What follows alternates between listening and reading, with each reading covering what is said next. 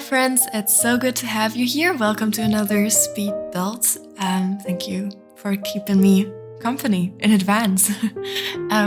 I've gotten lots of requests for French builds lately, French and Italian. So this is a French countryside build. And I don't think that's something I've ever done before. I think the closest to this build might be Gillingham Manor. And I've gotten a few requests of that sort lately, so I hope you will enjoy this. It has a rather traditional interior and a traditional exterior, and for the first few minutes you are probably just gonna watch me fiddling with the roof. I actually cut a lot of this out already. In general, I cut this video a lot. This is 20 minutes long now, and the footage sped up was like 40 minutes. So I cut this down by half, which is cool, I guess. The roof was a pain. It really was. I had something very specific in mind, and for that to work properly, because of how the roofs slope, I don't know, I can never get them to look the way I want because of weird game restrictions. So the way this would have worked is by floating the roof in, which is what you've just seen me do. But yeah, that comes with a few nuisances. Because it just always disappears whenever you do like any architectural change or just random things sometimes, and I wasn't sure if it was gonna disappear if you place this from the gallery. So eventually I decided to not float the roof in, but find a different solution, and it ended up looking very cute, so I'm okay with it, even though I spent way too long on this design. I wish the whole roof mechanics worked better. I think most of the time my problem is that I can't raise it any further. I think that's mostly it, because then you start building like additional floors, and then it gets really confusing. So this is a 2-story home. It has 2 bedrooms, it has 2 bathrooms, and I've actually never seen this Berlin dormer that's on the front of the building. I had never really seen that at night before, and it's so cute. That is such a great item. I love that so much.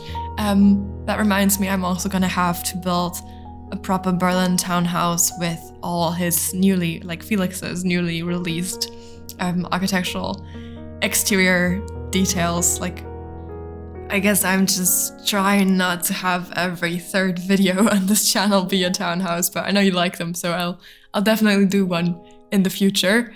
But let's talk about this house for now. So what makes this different from my other builds is, I guess, I don't do interiors that are this traditional that often lately.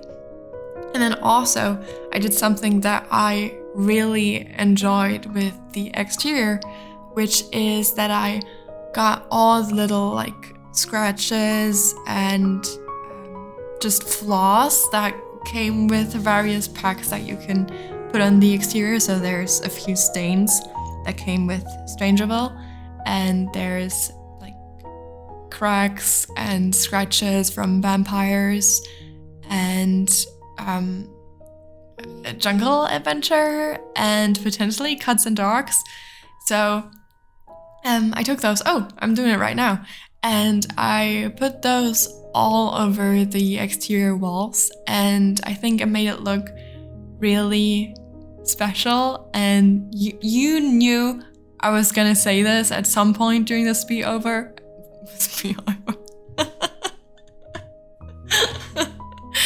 Speed build voiceover. Is that this gives a character, This adds character. So yeah, that's what I did, and I really enjoyed that, and I think it makes it look kind of special. And yeah, it's a very old house. It's supposed to be ancient, basically. This would have been built in 1800 something. I don't have my timeline straight for this. The interior also is a little bit all over the place. So I'm just gonna go with my usual explanation, which is that we're looking at this in the present time when it's done.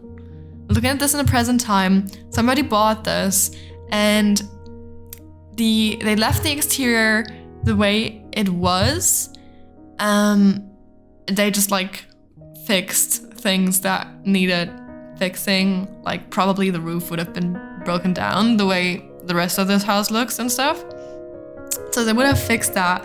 And then on the interior, there's a few things that were left, and the top floor, which has the bedrooms, is a little closer to like French countryside, 1800s, whatever, interior design. And then the bottom floor, which has the living area and the kitchen, is a little more modernized. So I'm thinking they love that style. They would have wanted to like keep it and honor it and keep all the vintage furniture that would have been left in the house. And then they just updated some things that were broken down anyways.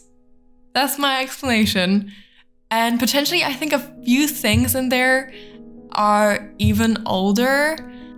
For example, there's a desk in one bedroom, and that one would be older than this house itself.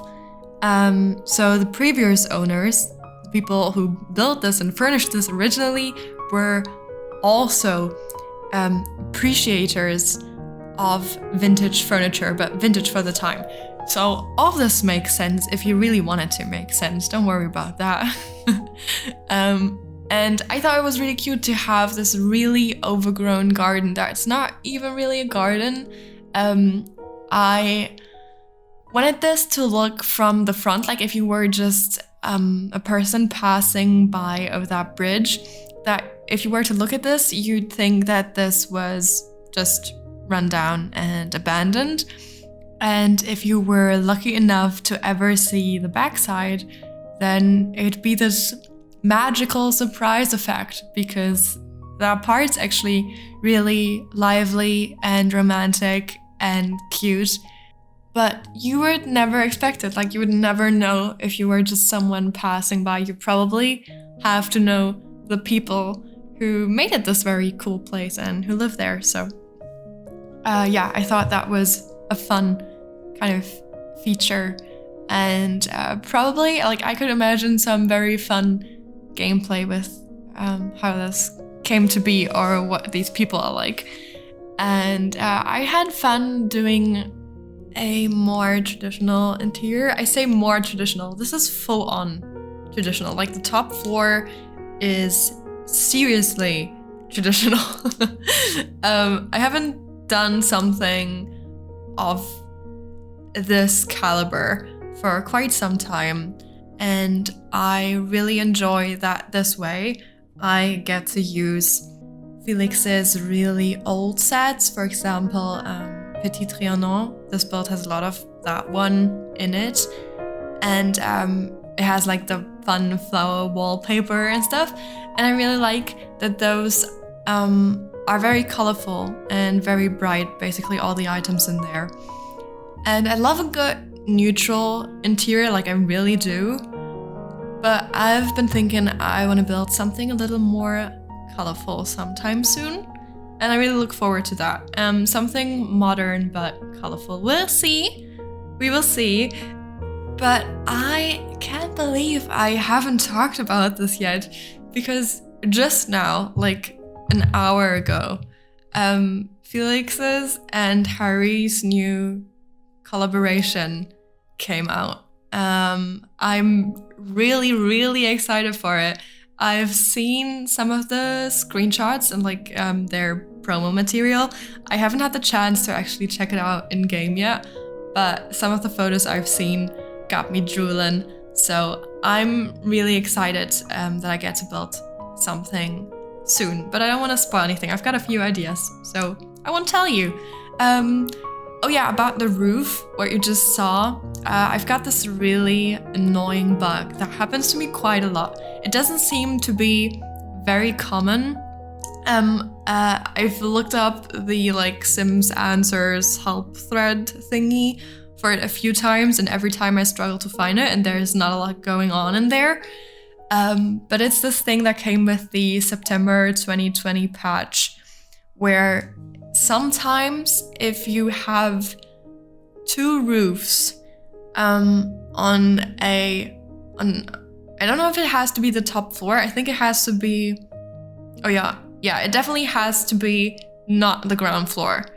And if you have two roofs that might have to be adjacent from each other, and they are a certain amount taller than the wall height, then they will glitch through the wall, and also it will be outside lighting on that floor. Or at least like the rooms touching those roofs. I don't know if I explained that properly, but it's super annoying. There's no way to fix it, and it's been there since September 2020. And I struggle with it a lot for some reason. I don't know, apparently I often pick roofs that require that type of design. So I had to make them a little lower, and now it looks a little different, but that's fine. I still really like how it looks. It's just a little annoying because I know that it works theoretically, like it used to work, and the option to extend the roofs like that works in theory, and it's just buggy. But yeah, this still came out very cute, so I don't want to complain. This is the desk that I was talking about. This is the second bedroom, and this wasn't supposed to be a kid's bedroom originally. It was supposed to be a guest bedroom, and it still could very well be one if that's what you needed for this house. The only things that are actually in the room that would make this a potential kid's bedroom are the teddy bear on the chair, and then the little train card on the dresser. But I love that. That's just so cute. That's definitely something I would have around as decoration in a guest bedroom if I had one. Yeah, however you want to play this, I think this would definitely make sense. To have like a teddy bear on a chair and that little train card. It might even be from kids or a kid who's grown up and moved out, and they still have those things because they're very cute. So yeah, whatever fits your play style best. And I haven't done a traditional bathroom in some time. So I looked up a lot of inspiration for French country bathrooms, and then I just put lots of gold everywhere. That's kind of my solution for this type of interior, is just make everything gold. And I do think it works. I love the contrast that these really, really old chandeliers bring. I really love those. And we've moved on, by the way. This is the kitchen on the lower floor. This is where it gets a tiny bit more modern. I think if I bought a really old house and I wanted to honor its original furniture, this is probably the place where I'd make some compromises. So the living area, and especially the kitchen, because there's just some things I wouldn't want to miss in my day-to-day life. You know, a bedroom has mostly stayed a bedroom and it just looks really fancy.